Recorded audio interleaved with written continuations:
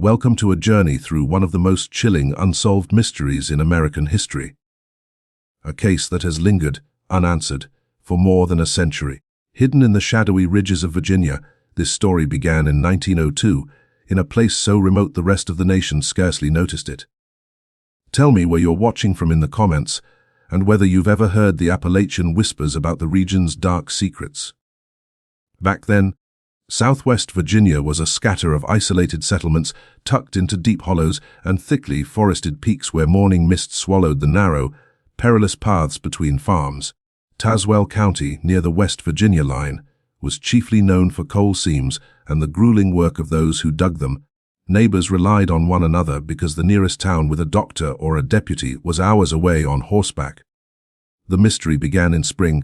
April rains turned dirt tracks into sucking mud, and the days swung between icy mornings and stifling afternoons, laying a heavy, uneasy air over the valley.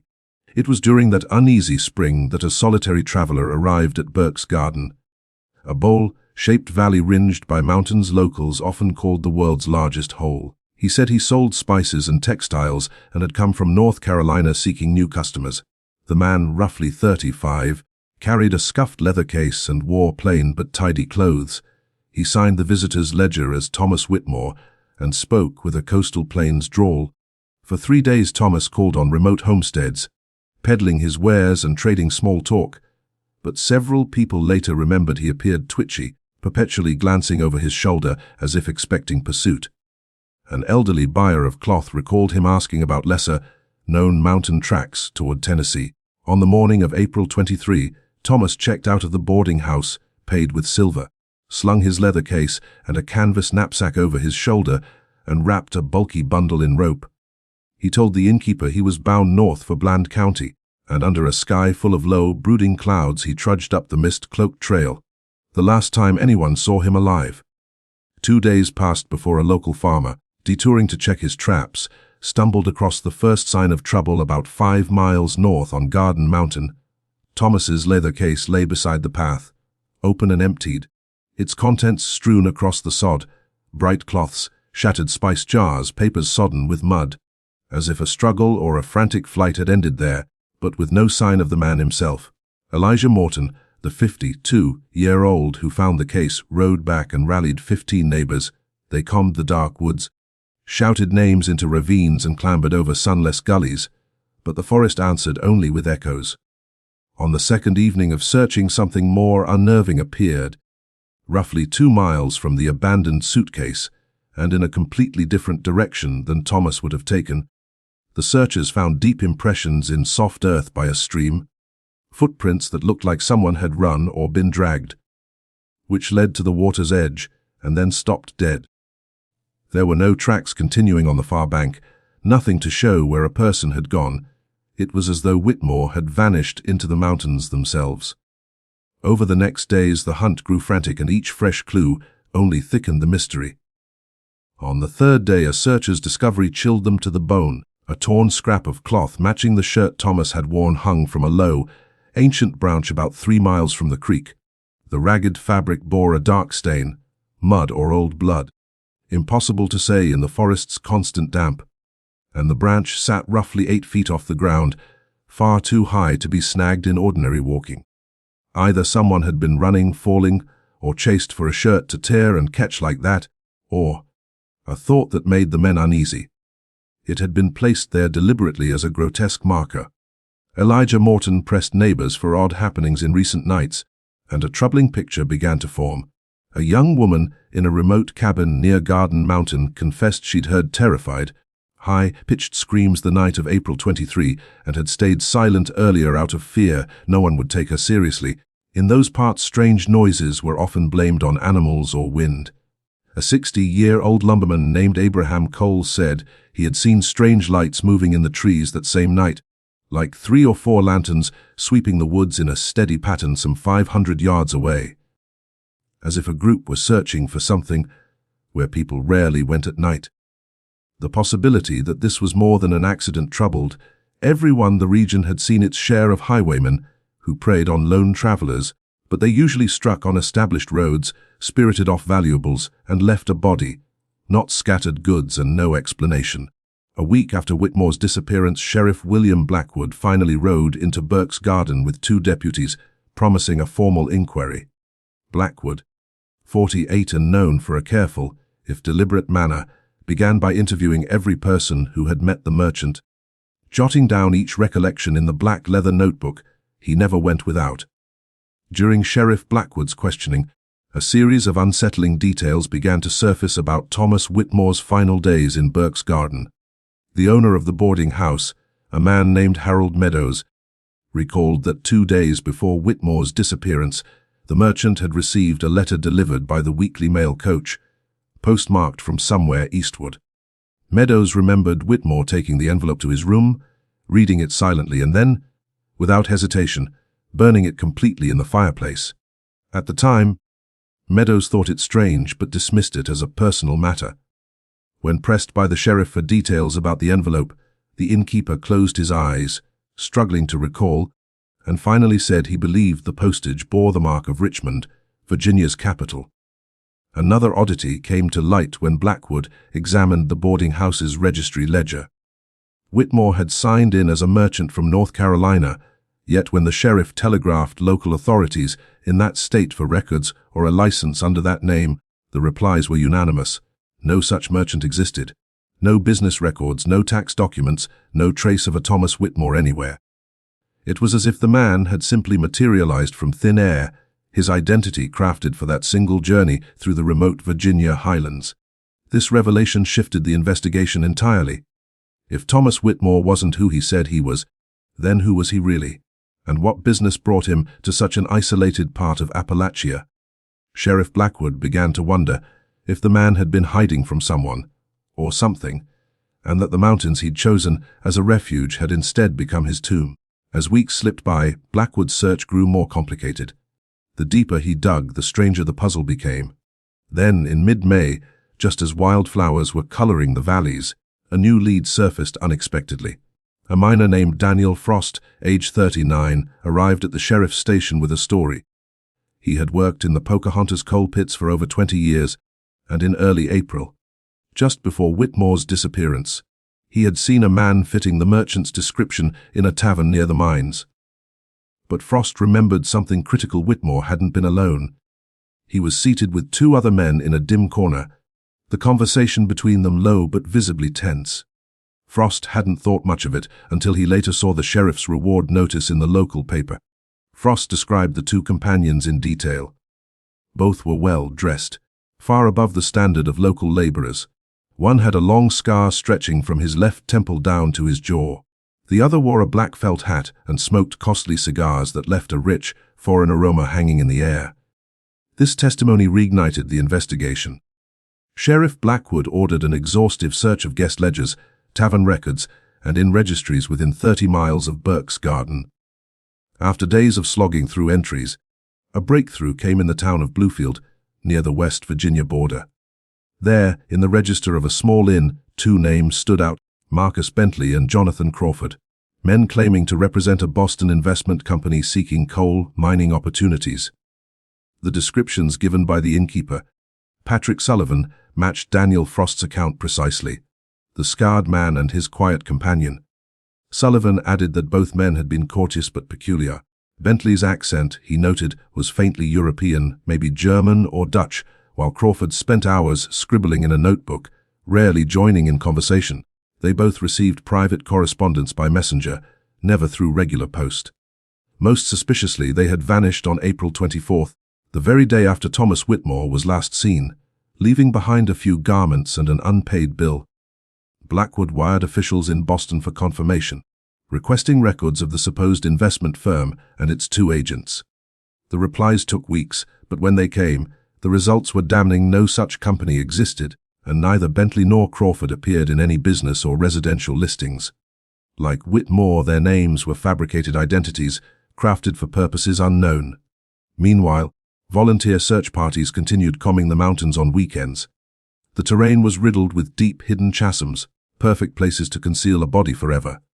Then, in early June, a group exploring the Wolf Creek area stumbled upon a discovery that reopened every question. Concealed behind a ring of jagged rock formations, they found the remnants of a recent campfire, The ashes were still compact, surrounded by the faint impressions of 3 different individuals. Scattered within the burned remains were partially charred scraps of paper, some with faint handwriting still visible. Most were illegible, but a few words stood out. One read, Richmond, the same city from which Whitmore's mysterious letter had come. Another fragment included the phrase, Mount, followed by a set of burned, undecipherable numbers. And most striking of all, there was a partial hand-drawn map, its faint lines resembling mountain routes and branching trails. The Wolf Creek find turned the entire case upside down. Sheriff Blackwood spent days in his office, piecing together the fragments, studying every inch of the surviving paper for clues to what, or who, Thomas Whitmore truly was, and why the mountains of Virginia had become the stage for his final, vanishing act. Those ashes convinced they held the key to unraveling the entire mystery. He called in a document specialist from Roanoke, about 60 miles away, a meticulous analyst named Theodore Winters, known for his precision in reconstructing damaged or destroyed materials. Winters arrived with specialized equipment and immediately began the painstaking process of cataloging every charred scrap recovered from the Wolf Creek campsite. After hours of close examination, his findings painted a grim picture. The papers, he concluded, had been deliberately destroyed, and in great haste. The uneven burn patterns, jagged edges, and scattered ash suggested someone had thrown them into the fire in a panic, perhaps under pressure or in fear of being discovered. One detail stood out even more. Winters noticed the ink used on the surviving fragments was of exceptionally fine quality, the type commonly used in law offices or banking institutions, not the cheap kind typically found in letters or trading receipts. To both Winters and Blackwood, this implied that the documents weren't ordinary correspondence. They were part of something official, possibly financial or legal in nature. While Winters continued his work, Sheriff Blackwood broadened the investigation beyond Tazewell County, poring through newspaper archives and public records in nearby towns. What he uncovered was both illuminating and deeply unsettling. Over the 2 years prior to 1902, there had been at least 4 disappearances strikingly similar to Whitmore's across the Appalachian region of Virginia and West Virginia. Each missing person was described as a traveling merchant or businessman. Each had vanished without a trace in remote terrain. And in every case, no body was ever recovered. The pattern was chilling. The first case in October 1900 involved a supposed cattle trader named Samuel Porter, who vanished in Giles County after leaving a farmhouse where he'd lodged overnight. His wagon was found 3 days later, the horses still tethered, but Porter was gone. The second, in March 1901, took place in Mercer County, West Virginia, where a man calling himself Henry Walsh, a seller of farming tools, disappeared near the Allegheny foothills. 2 additional cases followed, different counties, different names, same circumstances, men traveling alone under questionable identities, last seen in isolated areas, never found again. What drew Sheriff Blackwood's attention most were reports from locals describing 2 or 3 well-dressed strangers seen near each disappearance site. They were always noted as outsiders, polished, educated, and wholly unlike the mountain folk who lived there. Piece by piece, Blackwood began forming a dangerous hypothesis. Perhaps these weren't isolated accidents or random crimes at all. Perhaps Whitmore and the other missing men were part of something larger. A hidden network bound by secrecy, money, and betrayal, a clandestine operation where anyone who became a liability was quietly erased. Then, in July, a telegram arrived at the Tazewell County Sheriff's Office that would give shape to those suspicions. It was sent from Charleston, West Virginia, by a private investigator named Robert Ashford, who worked with a law firm handling property and mineral rights disputes. Ashford had read about Whitmore's disappearance in a regional paper and believed his ongoing investigations might be connected. In his message, Ashford explained that for the past 3 years he had been tracking a web of fraudulent land deals throughout the Appalachian coal belt. The scheme, he said, involved groups of men using false identities to acquire or forge ownership of coal-rich properties. They took advantage of the confusion that plagued remote counties where land deeds were outdated or poorly recorded. These operatives, posing as traders, investors, or surveyors, would infiltrate small communities, earn trust, and then execute elaborate frauds before vanishing. Ashford's reports often mentioned a shadowy figure referred to only as the middleman. No one had ever seen him directly, but his influence appeared everywhere. He coordinated the various teams, provided expertly forged documents, and had ties to corrupt county clerks and lawyers who made the frauds appear legitimate. Even more disturbing were rumors that anyone who posed a threat to the operation, or who knew too much, was quietly eliminated, their disappearances written off as accidents in the wild mountain terrain. Ashford proposed traveling to Burke's Garden to share his files, convinced that Thomas Whitmore had been part of this network, possibly an operative who had turned against his employers or one who had become expendable. The letter from Richmond, the false background, and Whitmore's erratic behavior before his disappearance all aligned with patterns Ashford had seen before. He arrived on a rain-soaked August afternoon, the sky heavy and the scent of wet earth clinging to the air.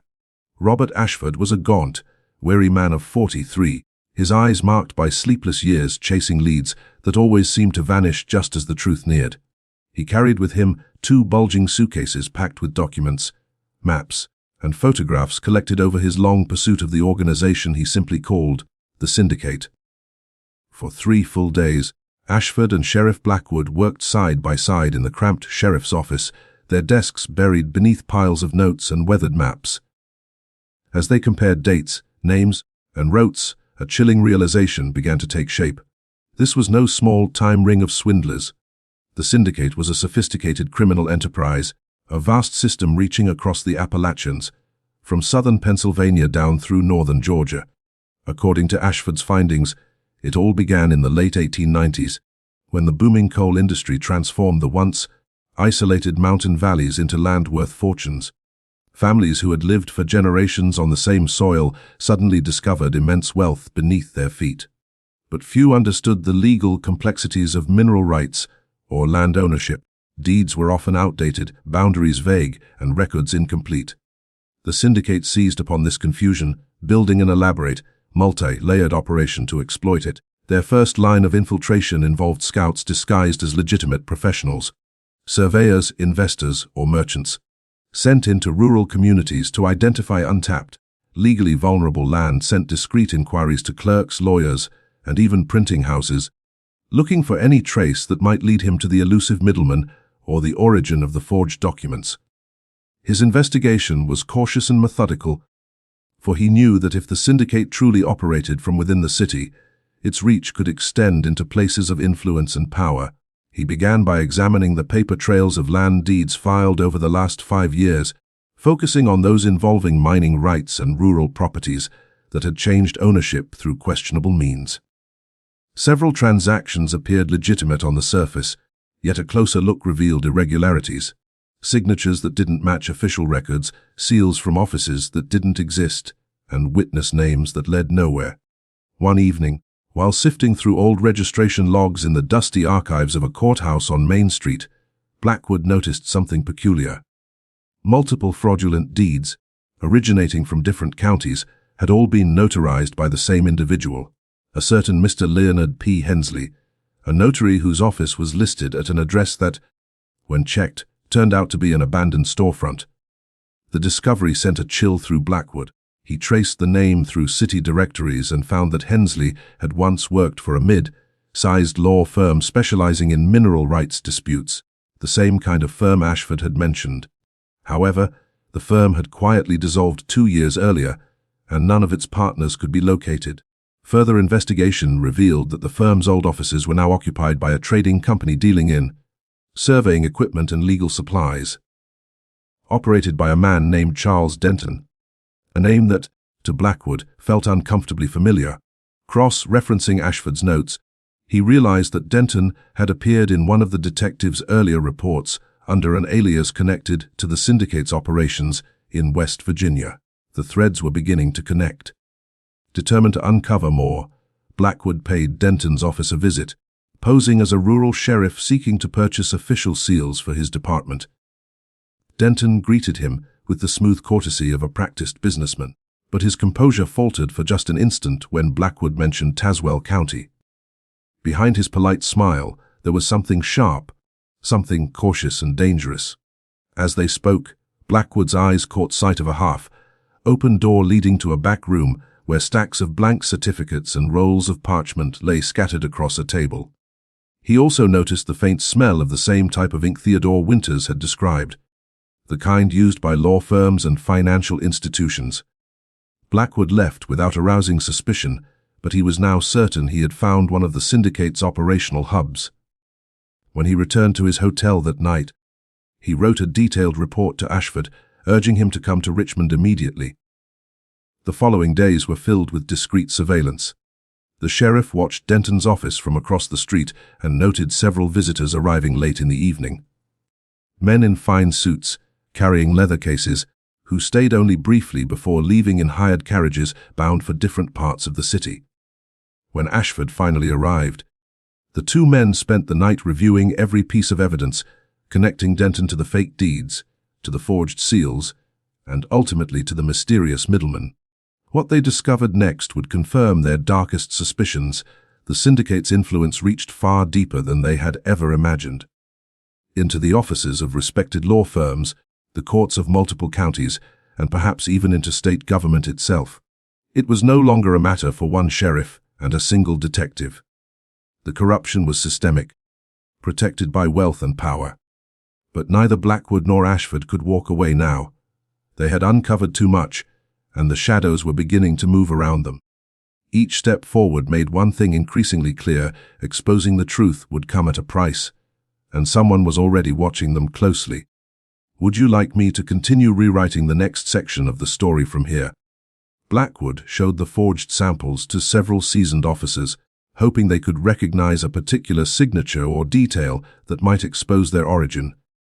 What he uncovered was both enlightening and discouraging.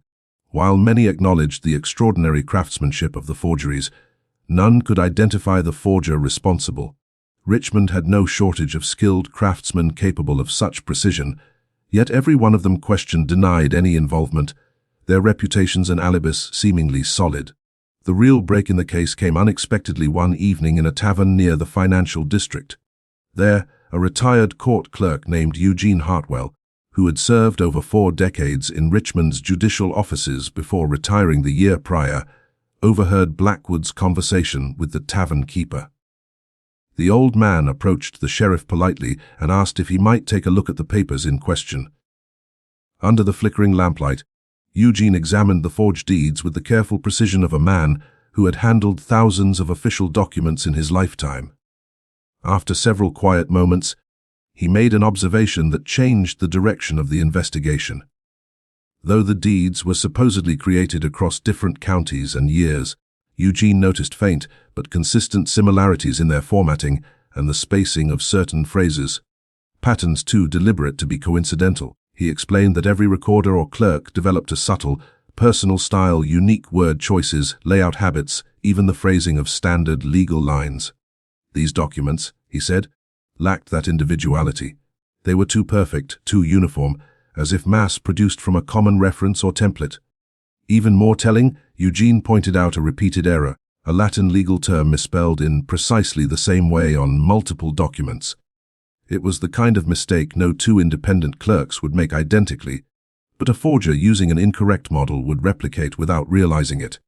That single discovery suggested all the documents had come from the same source, or at least from a small, organized group using the same flawed templates. When pressed, Eugene recalled that only one establishment in Richmond had both the printing equipment and quality materials capable of producing such convincing forgeries. A small print shop on a narrow street in the business district, owned by Victor Peaton. Officially, Petton's shop specialized in business cards, social invitations, and stationery for professionals, yet rumors had long circulated that he sometimes took on special orders for discreet, well-paying clients. The next morning, Blackwood visited the shop. The modest 3-story building, wedged between a tailor and a hardware store, looked perfectly respectable. Through the window, he could see elegant samples of engraved paper and embossed seals. When he entered, a bell chimed softly above the door.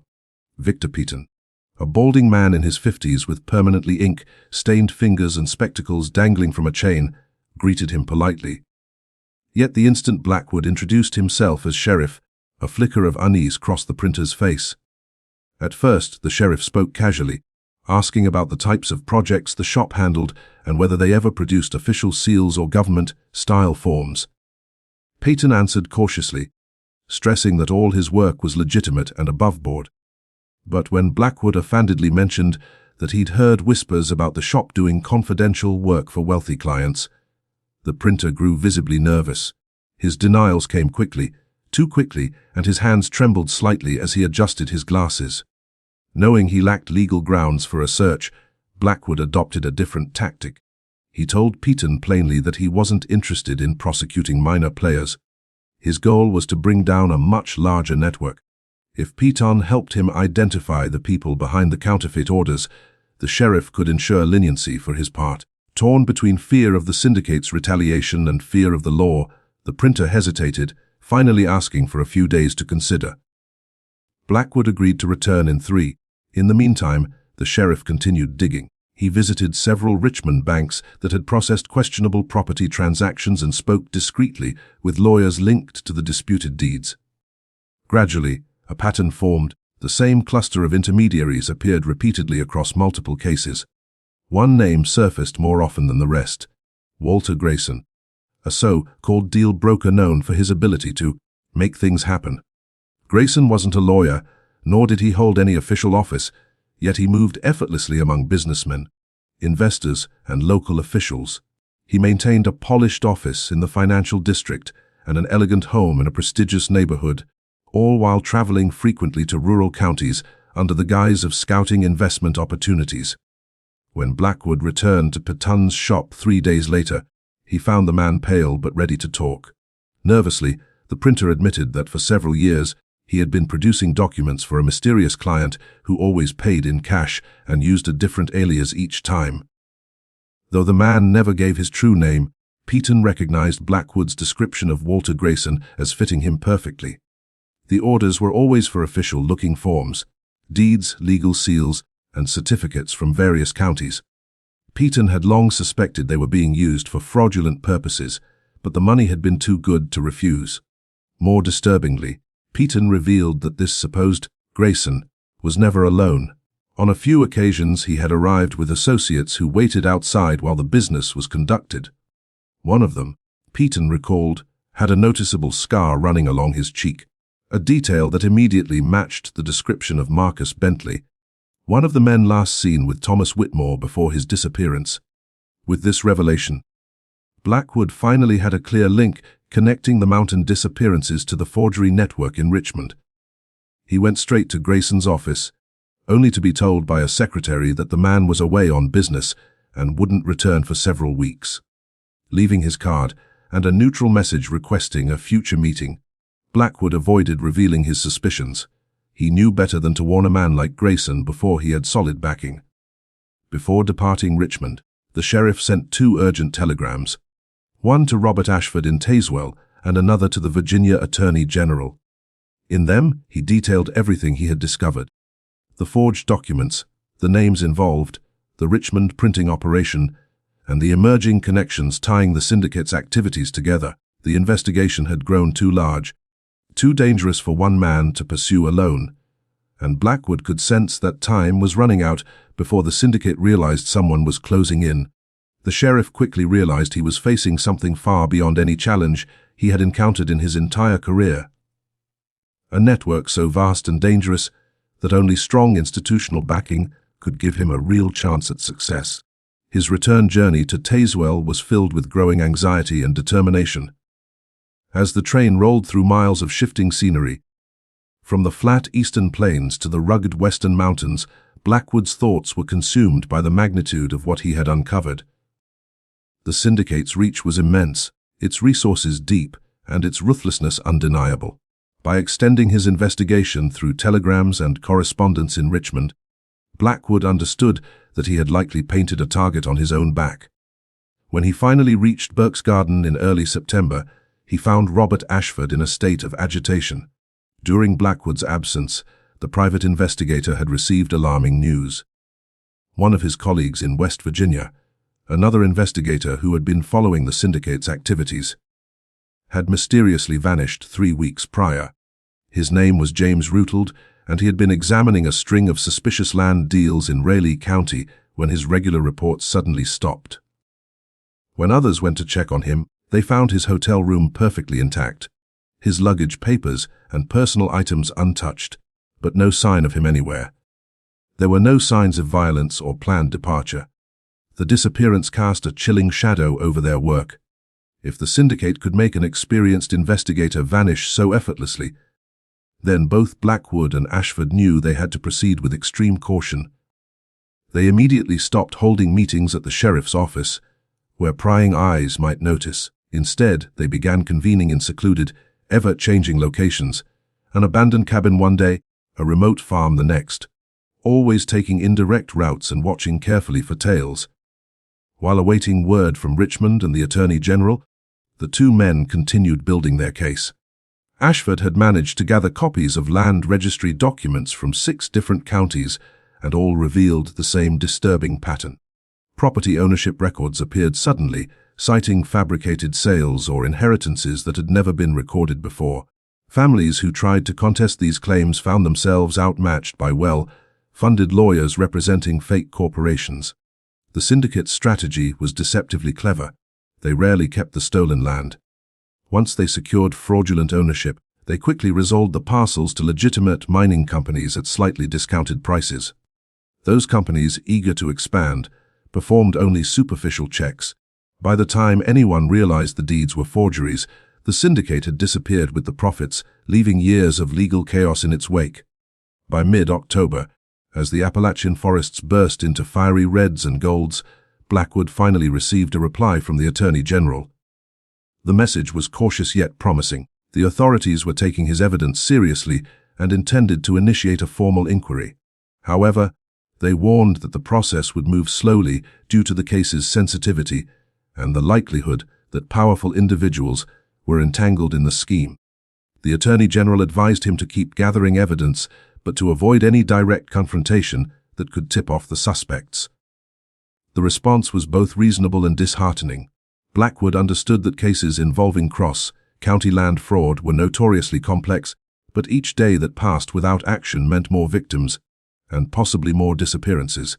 Then, just as the investigation seemed to stall, a startling new lead surfaced. In late October, a farmer from neighboring Bland County came to the station with an astonishing story. While hunting deer in the mountains along the Bland-Tazewell border, he stumbled upon an old, weathered cabin tucked in a narrow, rocky valley. Curious, he explored inside and discovered something unusual beneath loose floorboards, a bundle of papers wrapped in oilcloth. Inside were maps, handwritten notes, and property documents, all seemingly connected to fraudulent transactions. Recognizing their potential importance, the farmer turned everything over to the authorities. When Blackwood and Ashford examined the materials, they immediately recognized their value. The papers appeared to be working files belonging to the syndicate, likely hidden for safekeeping or future operations. The maps showed parcels of land not yet targeted, hinting at upcoming schemes. The lists of names included landowners, clerks, and judges, annotated with comments on who could be bribed, coerced, or needed to be avoided altogether. Among the documents was an unfinished letter in handwriting unmistakably belonging to Thomas Whitmore. In it, Whitmore hinted at growing fear and disgust toward the organization's actions, referencing something he had seen in the mountains that had deeply shaken him. He didn't describe what it was, but his tone implied that the syndicate's crimes had escalated into something even more sinister. The letter abruptly ended mid-sentence, as if Whitmore had been interrupted or silenced. This discovery confirmed Ashford's suspicions about Whitmore's fate. The merchant had likely tried to withdraw from the operation after witnessing something horrific, and the syndicate had ordered his death to ensure his silence. Marcus Bentley and Jonathan Crawford, known cleaners, were almost certainly the ones sent to finish the job. The abandoned cabin, where the documents had been hidden, was located roughly 15 kilometers from Wolf Creek, not far from the suspicious camp discovered months earlier. Realizing the significance of this find, Blackwood organized a search party of 10 trusted men to thoroughly explore the surrounding wilderness, determined to uncover whatever secrets the mountains still concealed. They plunged deeper into the hills, combing the timber for anything that might shed light on Thomas Whitmore's fate. They turned up a handful of derelict shelters and old hunting shacks, but nothing that added much to the story, until a grim find in a narrow ravine roughly 2 miles from the cabin where the papers had been hidden. Buried beneath months of fallen leaves and tangled underbrush were fragments of clothing that matched the description of Whitmore's outfit from the day he vanished 6 months earlier. The garments were ripped and blood and mud-streaked, scattered across several yards. There were no bones or other remains, though given the predators, the acidic soil, and the passage of time, this was not unexpected. The discovery offered a painful kind of closure. The merchant was almost certainly dead. At the same time, it steeled Blackwood and Ashford's resolve to tear the syndicate apart. Blackwood dispatched a full report to the Attorney General, enclosing photographs of the torn clothing, copies of the cabin documents, and a careful analysis tying the physical evidence to the broader pattern of fraud and disappearances. That dossier finally gave the state authorities the concrete proof they needed to move more aggressively. Meanwhile, subtle but telling changes rippled through the region. Suspected syndicate operatives quietly vanished from towns where they'd been seen. A Bluefield boarding house known for taking in strangers abruptly shut down, and the landlord relocated out of state. And a lawyer in Welch, who had represented dubious buyers, shut his practice and disappeared without notice. Ashford surmised the syndicate had ears inside officialdom, informants tipping them when inquiries grew serious. So the organization began to pull back, removing visible actors and laying low until the heat passed. Then, in November's first snows, 2 investigators from the Attorney General's office arrived in Tazewell, Clayton Morris and Stephen Dalton, serious, well-equipped men carrying thick briefcases of legal papers. The sheriff felt both relief and a pang of frustration. Relief that the investigation now had proper authority and resources, frustration at being partially sidelined in a case he'd nurtured for months. Morris and Dalton quickly proved their worth. They knew how to handle organized schemes and understood that what Blackwood had uncovered was not an isolated ring, but part of a broader phenomenon tied to periods of rapid industrial growth and murky land titles. Over the next 3 weeks, they re-interviewed witnesses, reviewed stacks of evidence, and established the legal scaffolding necessary for multi-jurisdictional indictments. Their access to bank records, ability to secure warrants across state lines, and contacts with federal agencies filled gaps the county sheriff could not. As the investigation deepened, the syndicate's structure became clearer. It appears to have been founded about 5 years earlier by callous land speculators who realized that forging documents and manipulating flawed record systems could seize mineral-rich parcels far faster than honest legal methods. What began as small, opportunistic schemes grew into an organized machine spanning 6 states. At its core were roughly a dozen principal actors, with the mysterious middleman, a figure who coordinated operations from a distance, pulling strings through intermediaries. Walter Grayson emerged as one of those senior facilitators in Virginia, managing the flow between forgers like Pitton, field scouts like Whitmore, and the enforcers or cleaners, such as Bentley and Crawford. Grayson's social standing and business offices provided excellent cover while he bribed clerks, lined up corrupt lawyers, and smoothed forged documents into official channels. Morris and Dalton confirmed that they had already kept Grayson under discreet surveillance, tracking his movements, monitoring his office, and quietly compiling evidence. Their plan was careful and uncompromising to strike simultaneously across multiple locations so the syndicate could not simply dissolve and vanish. They intended to arrest Grayson in Richmond, seize Pitton at his print shop, detain implicated lawyers in several cities, and, if possible, capture Bentley and Crawford. Warrants would be executed to seize records from homes, offices, and storage sites, and everything had to happen at once to prevent warnings from spreading. Blackwood and Ashford were invited to join the operation. Blackwood to coordinate arrests in Tazewell and neighboring counties, and Ashford to work with West Virginia authorities.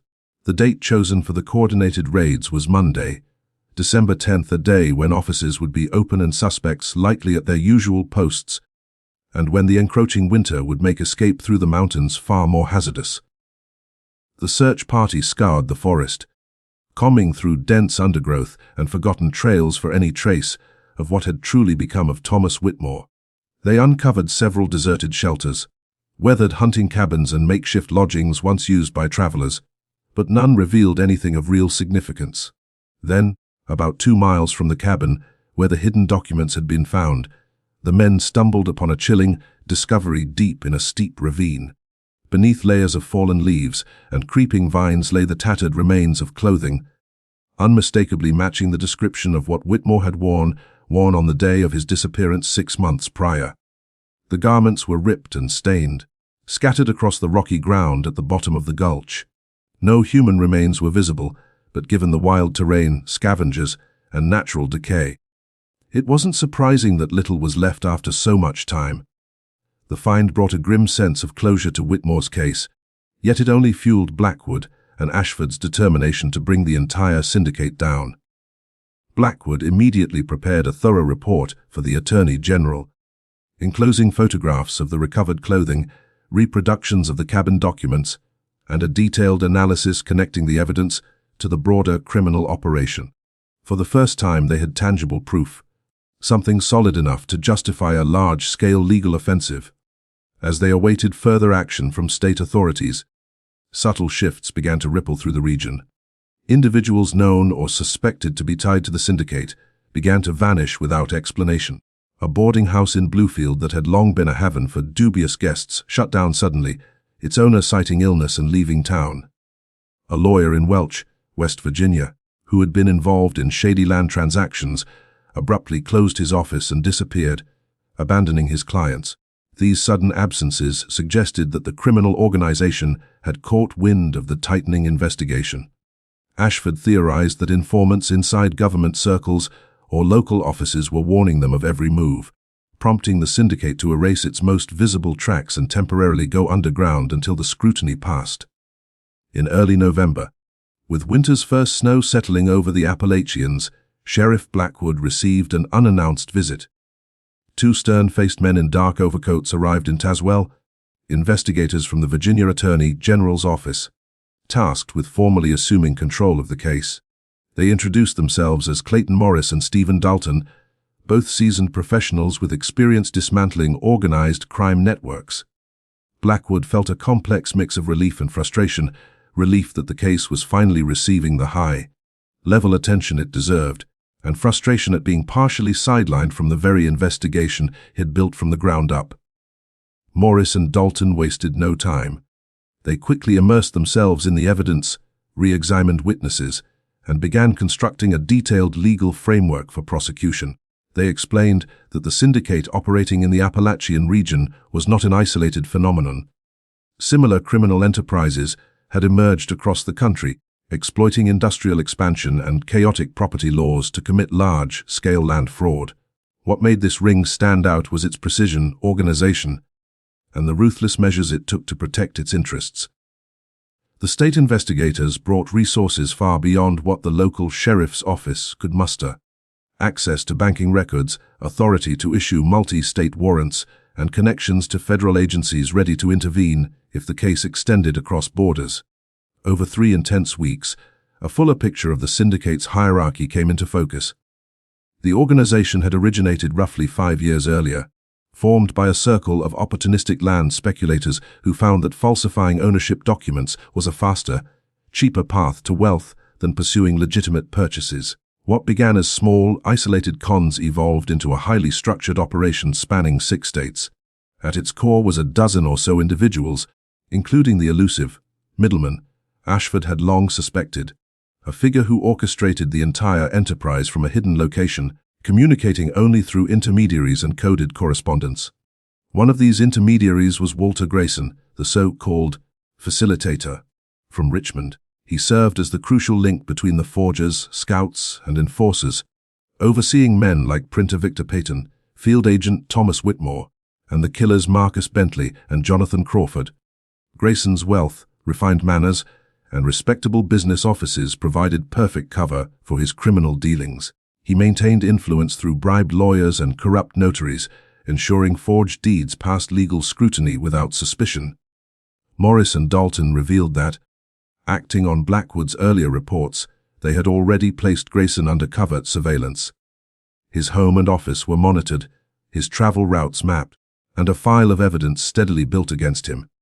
But the ultimate goal wasn't merely his arrest. It was to use his downfall to collapse the entire network. Moving too early, they warned, could scatter the leadership and allow the organization to reassemble elsewhere under new identities. Their plan was both ambitious and precise, a coordinated series of simultaneous raids across multiple cities and counties. Grayson would be apprehended in Richmond, Peyton seized at his printing shop, corrupt attorneys detained in various jurisdictions, and, if possible, the violent operatives Bentley and Crawford captured as well.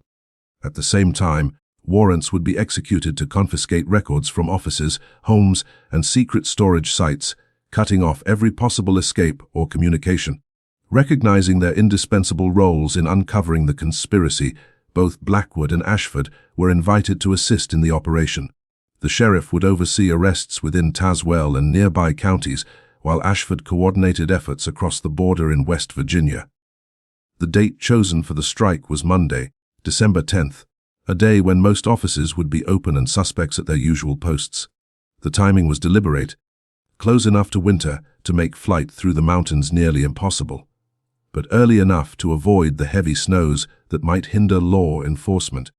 In the days leading up to the long-awaited operation, Sheriff Blackwood found himself torn between anticipation and apprehension. For 8 relentless months, he had pursued every lead connected to Thomas Whitmore's disappearance and uncovered a web of corruption more extensive than anyone had imagined. Now, at last, justice seemed within reach, not only for Whitmore but for every victim of the powerful syndicate. Yet, with that hope came dread. Blackwood knew how fragile the plan was. A single leak or slip could allow the criminals to vanish or, worse, prompt them to retaliate against those who dared expose them. On the night of December 9th, sleep eluded him. He lay awake, replaying every step of the operation in his mind, confirming and reconfirming that each deputy understood their assignment. Every possible complication haunted his thoughts. Outside, snow began to drift down over the mountains, cloaking the land in a still, white calm that seemed to conceal both promise and danger. One can only imagine what filled the sheriff's mind that night: the weight of duty, the fear of failure, and the resolve of a man who had sacrificed nearly a year of his life in pursuit of the truth. The following day would define his career and perhaps the fate of an entire criminal empire. When dawn broke on December 10th, the air was sharp and cold. The fresh layer of snow sparkled in the morning sun, a deceptive beauty masking the tension beneath. Blackwood had already been awake for hours. He dressed in his crisp uniform, inspecting his revolver for the 3rd time before heading out. At precisely 5:00 a.m., his 2 deputies arrived at the station, ready for what could be the most decisive day of their lives. The Tazewell phase of the operation had 3 primary targets. The first was Horace Pennington, a long-serving county clerk whose signature had appeared on numerous forged deeds. The second was Luther Vance, a successful farmer secretly working as a local informant for the syndicate. The third and most dangerous target was a man calling himself George Tolbert, suspected to be one of the syndicate's cleaners, the type who made inconvenient witnesses disappear. At 6:30 a.m., Blackwood and his deputies knocked on Pennington's front door. The groggy clerk appeared in his nightclothes, clearly startled by the early intrusion. When presented with the warrant, his face shifted through a storm of emotions: disbelief, fear, and ultimately surrender. He offered no resistance as he was handcuffed and escorted from the house, his wife standing silently in the doorway, tears freezing on her cheeks. Inside, the deputies began a thorough search, uncovering far more than anyone expected. Hidden in Pennington's study were ledgers and letters meticulously detailing every illicit transaction he had processed. It appeared the clerk had kept these records as leverage, a safeguard should his partners ever turn on him. The materials included payment logs, direct correspondence outlining fraudulent procedures, and even draft deeds waiting to be used. It was a treasure trove of evidence, far beyond Blackwood's hopes. As his deputies catalogued the documents, Blackwood led a second team toward the home of Luther Vance, 8 miles outside town. The farmer, found in his stables tending to horses, showed no surprise at their arrival. When told the reason for the arrest, Vance exhaled deeply, almost in relief. Before any formal questioning, he admitted his involvement and offered full cooperation. He explained that the syndicate had recruited him 3 years earlier during a financial crisis caused by failed crops. At first, his role seemed harmless, identifying vulnerable landowners and relaying information. The payments were generous enough to save his farm. But in time, Vance realized he was entangled in something much darker than simple real estate deals. He confessed that he had often thought of going to the authorities, but was terrified after learning what happened to those who betrayed the organization. He'd heard whispers about Thomas Whitmore and others who had vanished under mysterious circumstances. Guilt had consumed him ever since, and now, at last, he felt a grim peace in telling the truth. The information Vance provided proved invaluable. He listed the names of other agents working in neighboring counties, explained the syndicate's communication methods, and, most importantly, revealed details about their periodic meetings. The next gathering, he said, was scheduled for 2 weeks later at a tavern near Princeton, West Virginia, and he could identify several of the expected participants. While the arrests in Tazewell unfolded, synchronized operations were taking place elsewhere. In Richmond, investigators Clayton Morris and Stephen Dalton, accompanied by 6 officers, arrived at Walter Grayson's office promptly at 7:00 a.m., just as he began his workday. Grayson tried to maintain his usual air of confidence and outrage, but as the investigators read the long list of charges and evidence, his composure faltered. The search of his office yielded a staggering discovery. Hidden behind polished wood paneling was a safe containing cash, incriminating letters, and coded telegrams exchanged with the elusive middleman. The correspondence, though never using real names, revealed crucial clues about the syndicate's structure, including the shocking detail that their leader was likely operating out of Pittsburgh, Pennsylvania. Even Victor Peaton's printing shop, raided at the same hour, produced valuable findings, documents and equipment directly tied to the forgery network.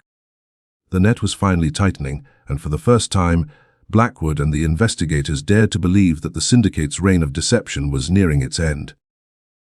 The forger, Victor Peaton, had managed to destroy much of his incriminating material in the days leading up to the raid, evidence that someone had likely warned him of the investigation. Still, enough remnants remained to tie him directly to the syndicate's operations.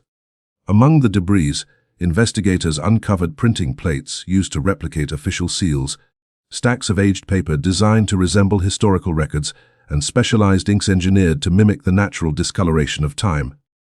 At first, Peaton was defiant, refusing to speak. But the weight of evidence and the threat of decades behind bars soon broke his resolve. The most dramatic arrest that day occurred hundreds of miles away in Welch, West Virginia, where authorities closed in on George Talbot, the syndicate's feared cleaner. When officers arrived at his boarding house, they found his door locked and their knocks unanswered. After forcing entry, it became clear Talbot had escaped through the window moments before their arrival. In his room, investigators found a chilling collection of items, topographic maps of remote Appalachian regions, lists of names, many crossed out, and a cryptic diary filled with fragmented accounts of travels and encounters that eerily matched the timelines of several known disappearances. Talbot's escape was the only blemish on an otherwise flawless day of operations. Authorities across the region were immediately alerted, roadblocks were set up, and railway stations were monitored. Yet Talbot, familiar with the wilderness that had so often hidden the syndicate's victims, vanished into the dense Appalachian forests without a trace. By the evening of December 10th, 7 individuals had been arrested across 4 states. Police holding cells were filled, and vast collections of seized documents were being catalogued and examined. Morris and Dalton established a temporary headquarters in Richmond to coordinate the growing investigation, sorting through the mountain of evidence and building comprehensive cases against each of the defendants. Though the workload was immense, the materials provided a nearly unshakable foundation for prosecution. In the following days, the investigation expanded rapidly. Testimonies from the first wave of arrests led to new names, new addresses, and more arrests. Lawyers tied to the syndicate were detained. Clerks in multiple counties were charged with corruption, and minor agents who had acted as couriers or scouts were hunted down. The syndicate's vast web was being unraveled piece by piece, exposing a criminal enterprise even more intricate than Blackwood or Ashford had imagined. The press erupted with sensational headlines. Newspapers from Virginia to Kentucky printed front-page stories about the enormous fraud ring and its link to numerous disappearances. Families who had lost land under dubious circumstances came forward, some from as far away as Tennessee, sharing eerily similar stories. Waves of lawsuits began flooding the courts as victims sought to reclaim stolen property or at least receive compensation for their losses. Legal experts predicted that it would take years to sort through the fraudulent deeds and transactions orchestrated by the syndicate. Yet amid the triumph, one critical mystery persisted: the identity of the elusive middleman. Clues found in Walter Grayson's office pointed toward Pittsburgh, but with a population exceeding 300,000, locating a man who had spent years hidden behind false identities seemed nearly impossible. Morris and Dalton forwarded all known details to Pennsylvania authorities and requested a full-scale investigation. But both men knew that finding the syndicate's true leader would be far harder than dismantling his network. Weeks later, on Christmas Eve, Sheriff Blackwood sat alone in his dimly lit office, reviewing case reports and correspondence. As snow fell softly outside, he reflected on the extraordinary chain of events that had unfolded since Thomas Whitmore's disappearance 8 months earlier. The merchant's death, tragic as it was, had exposed a criminal empire that might otherwise have continued unchecked for years. How many more lives would the syndicate have ruined had Whitmore not vanished exactly when and where he did? The winter of 1902-1903 was a harsh one. Snow blanketed the Appalachian valleys for months, isolating towns and freezing rivers solid. Yet even in that bitter cold, the work of dismantling the Union continued relentlessly, in courtrooms, police offices, and legal chambers across several states. By March 1903, the first trials began in Richmond, chosen for its central location and judicial capacity. Walter Grayson was the first to stand trial, charged with conspiracy, forgery, and involvement in multiple disappearances. The testimonies of Luther Vance, Horace Pennington, and Victor Peton, all cooperating witnesses, proved devastating. Over 3 weeks, prosecutors laid bare not just the syndicate's methods but its calculated cruelty and greed. Grayson insisted he was innocent, portraying himself as a legitimate businessman missiled by corrupt associates. But the overwhelming evidence, much of it from his own meticulously kept records, left no doubt of his guilt. The jury deliberated less than 4 hours before returning a unanimous guilty verdict. Grayson was sentenced to 25 years in prison, a punishment reflecting the enormity of his crimes and the suffering they had caused. The subsequent trials exposed even more about the syndicate's operations. Horace Pennington received 10 years in prison in recognition of his cooperation, while Peton, despite assisting the investigation, was sentenced to 15 years. His craftsmanship deemed essential to the syndicate's success. Several lawyers were disbarred and given sentences ranging from 5 to 12 years, depending on their level of involvement and willingness to testify. Luther Vance, whose early and honest cooperation had proved instrumental, was granted a suspended 3-year sentence, conditional upon his continued assistance in related investigations. He returned to his farm a changed man, burdened by guilt but resolved to rebuild his life with integrity. In the months that followed, he frequently visited Blackwood's office, offering additional recollections and insight whenever possible. Only one figure remained unaccounted for: George Talbot. Despite extensive manhunts and a substantial reward for information, he was never found. The cleaner had vanished as completely as the victims he was rumored to have silenced, leaving behind one final mystery in a saga already steeped in shadows. Some believed he had escaped westward, perhaps even making his way to California or beyond. Others insisted he was still hiding somewhere deep within the Appalachian Mountains, living under a false identity among the countless isolated communities where strangers were left alone. As for the elusive middleman, the unseen mastermind behind the entire network, his identity was never conclusively determined. Investigations in Pittsburgh pointed to several possible figures, wealthy men tied to mining and land ventures, yet solid proof always slipped through the cracks. Clayton Morris and Stephen Dalton spent over a year chasing every lead, moving from city to city, interviewing hundreds, but the man who had orchestrated everything remained nothing more than a ghostly presence, felt by many, truly known by none. There were many theories about what became of him. Some thought he was warned about the investigation and fled to Europe or South America before the arrests took place. Others claimed he retired quietly, taking on a new life and identity, living comfortably on the fortune he'd amassed through years of deceit. And then there were whispers that perhaps the middleman was never one man at all, but a title passed down between several individuals over time, a collective mask meant to shield the real leaders behind layers of secrecy. For the families who had been robbed of their land, the dismantling of the syndicate brought only partial justice. Legal battles to reclaim property proved slow and tangled. Many plots had already changed hands multiple times, ending up with innocent buyers who had paid fair prices with no knowledge of the crimes behind the deeds. Courts struggled to balance the rights of original owners with those of later buyers. Victims in their own way, some families eventually won back their land after years of legal struggle. Others received small payments from the confiscated assets of the syndicate. But many never recovered what they lost, left only with the painful truth that the system could never fully right the wrongs done to them. Sheriff Blackwood continued his service in Tazewell for another 12 years before retiring in 1915, remembered as a man of integrity who brought justice to a region long plagued by corruption. Occasionally, he gave talks in other counties about the syndicate case, offering insight into the challenges of investigating organized crime in remote areas. Yet he never forgot Thomas Whitmore, the mysterious trader whose disappearance had sparked it all. On his desk, he kept a small relic from the ravine where Whitmore's clothing had been found, a metal button etched with initials that didn't match the merchant's name. It reminded him daily that Whitmore, even in death, remained an enigma, a man of false names and hidden lives whose true story died with him. Robert Ashford resumed his work as a private investigator, though the case left a permanent mark on him. Over time, he began specializing in property fraud, dedicating himself to protecting rural families from similar exploitation. In 1907, he published a short book recounting the syndicate's downfall, not for profit, but as a manual to educate law enforcement and landowners on recognizing deceit. The book spread widely across Appalachian towns, helping countless families guard themselves against the same kind of schemes. The mountains where Thomas Whitmore spent his final days look much the same today. Dense forests still blanket the hills.